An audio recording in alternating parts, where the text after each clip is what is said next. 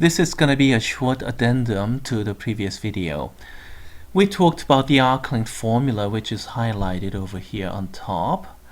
And then we talked about how to apply this formula to 2.3a, this one, and 2.3c, that one. And then about 2.3b, I gave you a very short hint, but well, I still don't want to talk too much about this. I just want you to be able to do that without any external help. So let's talk about 2.4, which are, as a matter of fact, coming from chapter 8. The difference between 2.3 problems and 2.4 problems are 2.3 problems are all parametric curves and 2.4 problems are graph of functions. Y equals log of secant of x. So this one is coming from a graph of a function. C, y equals to log of e to the x plus 1 over e to the x minus 1. Again, this is coming from a graph of a function. The second one looks like an implicit curve, but no, not really. You can actually solve for x or solve for y. Either way, you can get a graph of a function. It's just that it is a little bit hidden. If you have more than one x expression or more than one y expression, maybe you'll have to apply implicit differentiation and then something I'd rather not discuss here. But in this case, it's not too difficult. Now, how do we deal with the arc length computation for graphs of function? Well, the formula is right over here, but personally I don't like it very much because just adding one more formula to memorize, which will quickly multiplicate itself into what, 3 formula, 5 formula, and so on. That's it's going to be out of control. So I would much rather stick to one universal formula right over here and one universal algorithm to change any graph of a function into a parametric curve right here. All I have to do is replace x by t and then y equals to f of x into y equals to f of t. And then dx dt, the derivative, will become just 1. So this dx dt will become just 1. So we have 1 squared. And then dy dt is nothing more than dy dx, the derivative by x, because x and y are the same, so we have this derivative squared. So 1 plus derivative squared is actually coming from this arc length formula and this algorithm over here. So please do not regard it as a separate new formula, and then another separate new formula can be added if you want something for x equals f of t or x equals to g of t kind of thing.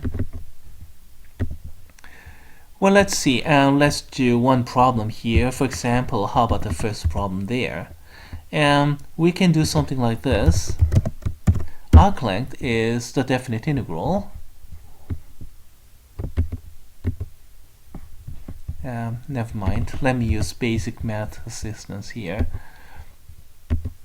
So 0 to pi over 4. Where's pi over 4? Okay, and then what's the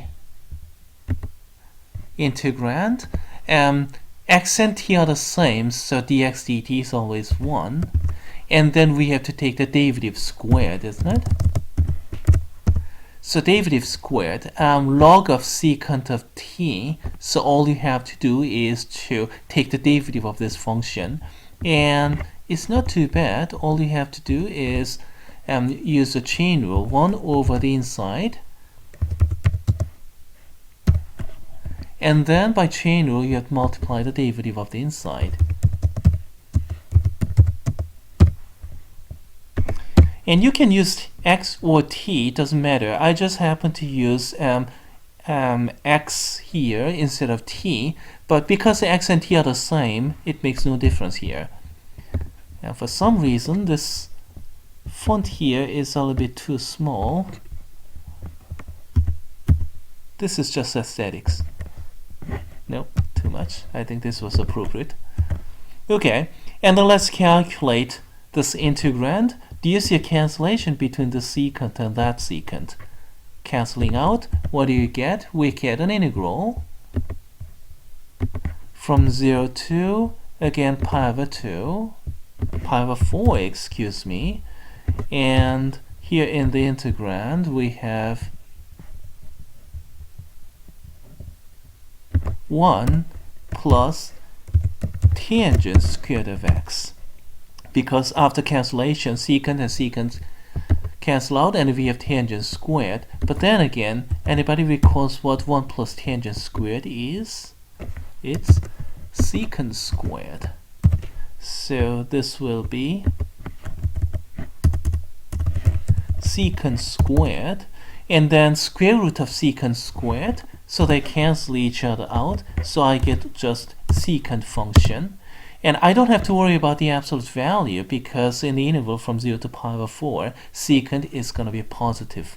So I don't have to worry about the absolute value. All I have to do is to calculate the antiderivative of the secant function. And what is the antiderivative of secant function? And it's log of secant plus tangent or something like that. And then calculating the definite integral using the fundamental theorem of calculus. Plug in pi over 4 and plug in 0, subtract one from the other. The rest is left to the students. Actually, you can easily open this up and then look at the answer key, kind of like this.